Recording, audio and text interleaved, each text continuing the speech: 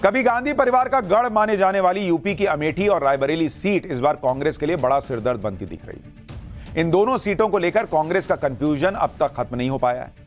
यह कंफ्यूजन तब चल रहा है जब अमेठी और रायबरेली में नॉमिनेशन की आखिरी तारीख बस 3 मई है, यानी 2 दिन बचे हैं और 20 मई को वोटिंग होनी है। नॉमिनेशन की आखिरी तारीख सामने खड़ी है और कांग्रेस ने अमेठी और रायबरेली, जो गढ़ है गांधी परिवार का, सो कॉल्ड गढ़, क्योंकि अमेठी तो हार गए और रायबरेली अभी गढ़ है, वहां ये लोग कैंडिडेट नहीं उतार पा रहे हैं। बस सुनने में यही आ रहा है कि राहुल आ रहे हैं, बस आने वाले हैं, अभी आने वाले हैं, बस अब आ ही गए, राहुल लड़ने वाले हैं। सुन ही रहे हैं, कब घोषणा होगी, कब होगा पता नहीं। राहुल ही नहीं, प्रियंका वाड्रा के लिए भी यही सब सुनने को मिल रहा है। लड़की हूं, लड़ सकती हूं का नारा बुलंद करने वाली प्रियंका भी न तो रायबरेली से चुनाव लड़ने का तय कर पा रही हैं, ना ही अमेठी से। हालांकि अब कांग्रेस के नेता कह रहे हैं कि अगले 24 घंटे में अमेठी और रायबरेली के पर कैंडिडेट का ऐलान हो जाएगा। सुनिए कांग्रेस के कंफ्यूजन पर जयराम रमेश ने क्या कहा है, फिर आपको अमेठी और रायबरेली सीट पर कांग्रेस के कंफ्यूजन की पूरी टाइमलाइन दिखाऊंगा। कांग्रेस सेंट्रल इलेक्शन कमेटी ने कांग्रेस अध्यक्ष जी को पूरा अधिकार सौंपा है कि वो जल्द से जल्द अमेठी और रायबरेली के जो कांग्रेस पार्टी के उम्मीदवार हैं उसकी घोषणा करें। मेरा ये मानना है कि अगले 24 घंटे के अंदर कांग्रेस अध्यक्ष इसकी घोषणा करेंगे। हालांकि अमेठी और रायबरेली सीट पर चल रही अटकलों के बीच आज सोनिया गांधी के सांसद प्रतिनिधि किशोरी लाल शर्मा अमेठी पहुंचे। बताया जा रहा है कि दिल्ली से मिले आदेश के बाद किशोरी लाल शर्मा अमेठी गए, जहां उन्होंने गौरीगंज के कांग्रेस दफ्तर में पार्टी पदाधिकारियों के साथ बैठक की। मुलाकात और बैठकों के दौर के बीच कांग्रेस के पूर्व एमएलसी दीपक सिंह ने बड़ा बयान दे दिया। दीपक सिंह ने अमेठी सीट से राहुल गांधी का नॉमिनेशन होने के संकेत दिए। दीपक सिंह को सुनिए, फिर बताऊंगा अमेठी से राहुल या प्रियंका के चुनाव लड़ने की अटकलों पर स्मृति ईरानी क्या कह रही हैं। पूरी अमेठी इंतजार कर रही है और जो अमेठी इंतजार कर रही है पूरी अमेठी को, और मुझे खुद भरोसा है वही नामांकन करेंगे, राहुल गांधी करेंगे।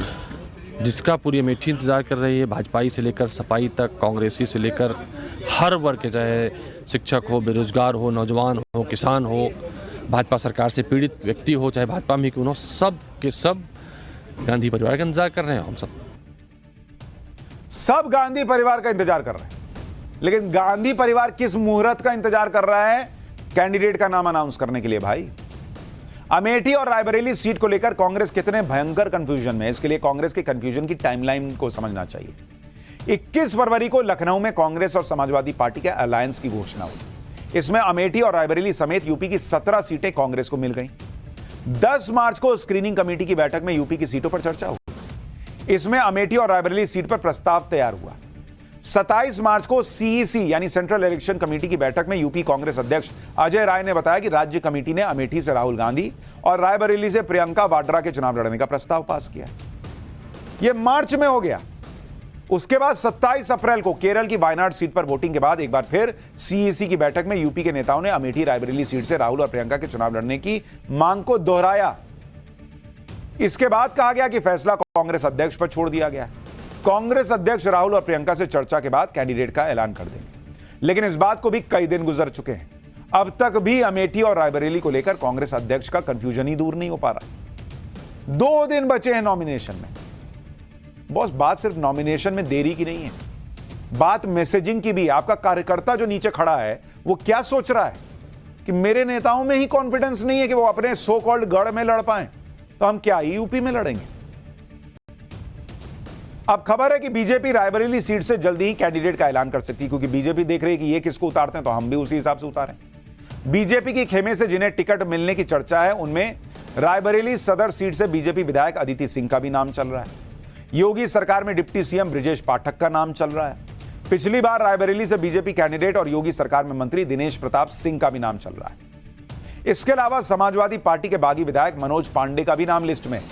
यह भी हो सकता है कि बीजेपी रायबरेली में कोई और बड़ा सरप्राइज भी दे दे। पीएम मोदी और सीएम योगी की सुपरहिट जोड़ी यूपी में पहले और दूसरे चरण का मामला पूरी तरह सेट कर चुकी है और तीसरे चरण में भी बीजेपी का माहौल बनाने के लिए प्रधानमंत्री मोदी का पूरा प्लान तैयार है। 4 मई को पीएम मोदी यूपी के कानपुर में रोड शो करने वाले हैं। 5 मई को अयोध्या में प्रधानमंत्री मोदी का रोड शो होगा। अयोध्या में पीएम मोदी रामलला के दर्शन भी कर सकते हैं। 5 मई को ही पीएम मोदी सीतापुर में चुनावी रैली करेंगे, जिसमें वो खीरी, धौरहरा और सीतापुर सीट के लिए बीजेपी कैंडिडेट्स के लिए प्रचार करेंगे। खबर तो यह भी है, हालांकि अभी ये पुख्ता नहीं है, लेकिन कुछ ऐसी खबरें चल रही हैं कि पीएम मोदी 12 या 13 मई को हो सकता है वाराणसी से नॉमिनेशन फाइल कर दें और उससे पहले वाराणसी में उनका रोड शो भी होगा। वाराणसी सीट 7वें यानी आखिरी चरण में 1 जून को वोटिंग होनी है, जिसके लिए 7 मई से 14 मई के बीच नॉमिनेशन होना है। हालांकि यूपी में कांग्रेस के कंफ्यूजन की एक वजह सीएम योगी भी है, जो अपने धमाधम प्रचार से यूपी में बीजेपी के लिए क्लीन स्वीप का माहौल सेट कर रहे हैं। लेकिन सिर्फ यूपी में ही नहीं, सीएम योगी दूसरे राज्यों में भी धमाल मचा रहे हैं। कल सीएम योगी ने बंगाल का तूफानी दौरा किया। यूपी की तर्ज पर बंगाल में भी योगी आदित्यनाथ ने बंगाल में दंगाइयों को उल्टा लटकाने की वार्निंग दी। पहले सीएम योगी की इस वार्निंग को सुनिए, फिर इसके आफ्टर इफेक्ट के बारे में बताऊंगा। अगर ये दंगाई उत्तर प्रदेश में इस प्रकार से अत्याचार करते, अब तक मैं इनको लटका करके, उल्टा लटका करके ठीक कर देता और वह हाल इनके कर देते कि इनकी 7 पीढ़ियां भूल जाती कि दंगा कैसे होता है। 7 पीढ़ियां भूल जाती। दरअसल बंगाल के बहरामपुर की चुनावी रैली में सीएम योगी ने सीधे सीधे सीएम ममता बनर्जी पर अटैक किया। ममता सरकार में हुए दंगों के बहाने टीएमसी को आड़े हाथों में लिया, लेकिन सीएम योगी के एक्शन का रिएक्शन बहरामपुर से करीब 140 किलोमीटर दूर दुर्गापुर में दिखा। बीजेपी का आरोप है कि दुर्गापुर में सीएम योगी की रैली से लौट रहे बीजेपी कार्यकर्ताओं पर टीएमसी के लोगों ने हमला कर दिया। बीजेपी कार्यकर्ताओं की बस पर ईंट और पत्थर बरसाए गए। हमला कितना जोरदार था, इसे आप बस की हालत देखकर समझ सकते हैं।